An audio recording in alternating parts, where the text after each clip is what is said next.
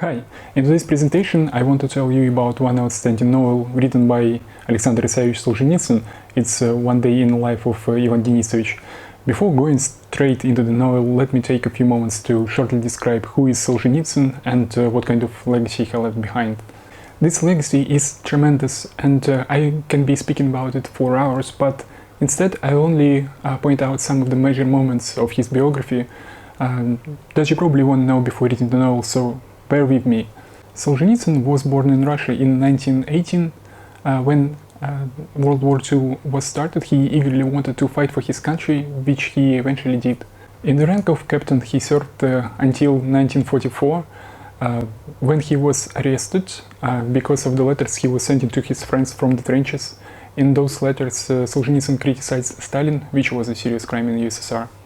The next 8 years, Solzhenitsyn spent firstly in jail and then in the infamous Soviet system of labor camps, also known as Gulag. In 1953, after the death of Stalin, Solzhenitsyn was released, but he hasn't become a free person right away because it was still presumed that he might be dangerous for the Soviet society. Instead, he was determined to live in Kazakhstan, far away from the central part of the country. In 1956, Solzhenitsyn was completely justified and started writing about his traumatic Gulag experience. He was very productive, and in 1970 he became one of the very few Russians who were ever awarded the Nobel Prize in Literature. Here let me just read it. For the ethical force with which he has pursued the indispensable traditions of Russian literature. Ever since Solzhenitsyn got the award, his life in USSR turned out to be a nightmare. He had a hard time publishing his books. As if it was not enough, in 1974 Solzhenitsyn was stripped of citizenship and forced to leave the country. Fortunately, by that time he was already a well-known writer and some people helped him abroad. In 1994, when USSR had already collapsed, Solzhenitsyn went back home to Russia, where he was warmly welcomed. In 1998, Solzhenitsyn was awarded the highest civilian honor of Russia, the Order of Saint Andrew the Apostle.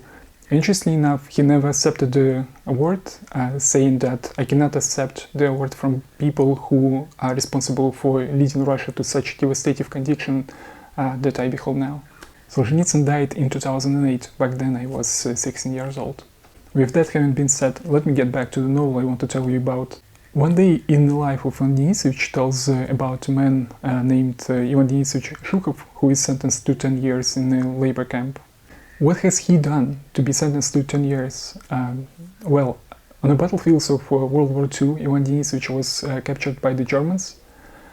Shortly after the end of the war, Ivan Denisovich managed to get back home, but he was accused of being a German spy. One side note here, in USSR, in the time of World War II, the scenario of accusing soldiers who were captured by the enemy in becoming spies was unfortunately regular. Pretty much every contact with the enemy might have been qualified as a war crime. From the first pages of the novel, readers understand that Ivan Denisovich is innocent and was brought in a camp for nothing.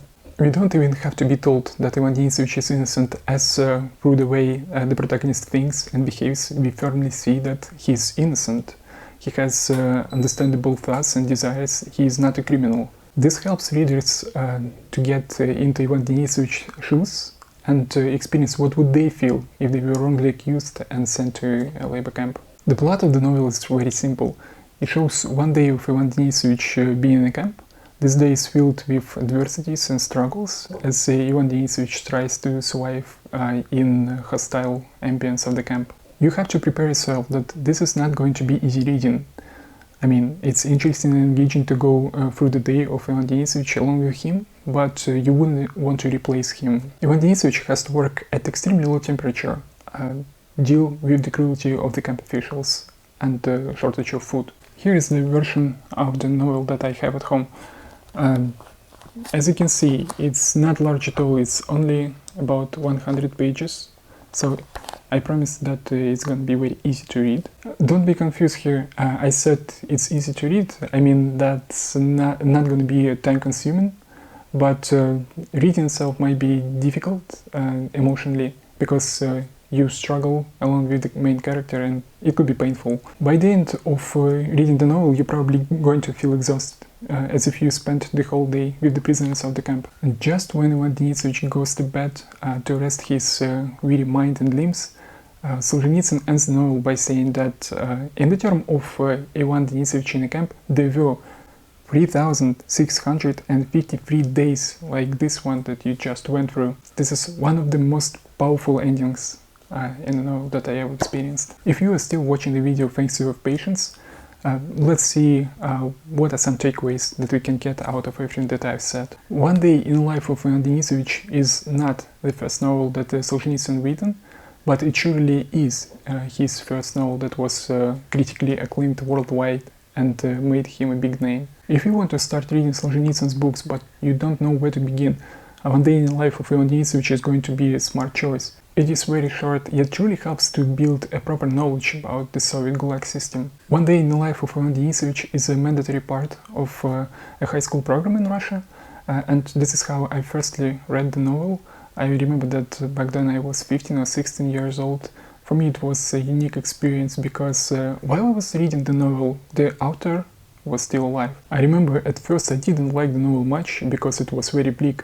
I read it again when I was around 20 years old, and I remember that I learned how to appreciate it much more. And this is something I want to underline speaking about One Day in the Life of Ivan Denisovich. If you're looking for something to relax and have a nice time, then reading this novel is not your best option. But if you want to learn who is Solzhenitsyn, what kind of literature legacy he left behind, and what Gulag is all about, then go check out this novel because it's a must-read. The last thing I want to make clear before saying goodbye is that Solzhenitsyn's personality is very controversial in modern Russia. Many Russians, myself included, think that he is nothing less than a true national hero. His life was very difficult, but he found bravery to raise his voice against the system of oppression existed in USSR, and he did whatever it took to be heard. But there is also a significant amount of Russians who feel nostalgic about the Soviet time. They think that Solzhenitsyn's books do not represent the reality of Gulag and vilify the Soviet society without reason. Who's wrong and who's right? You read Solzhenitsyn's books and be the judge. And there you have it. Thanks for watching my presentation on One Day in the Life of Ivan Denisovich by Alexander Isayevich Solzhenitsyn.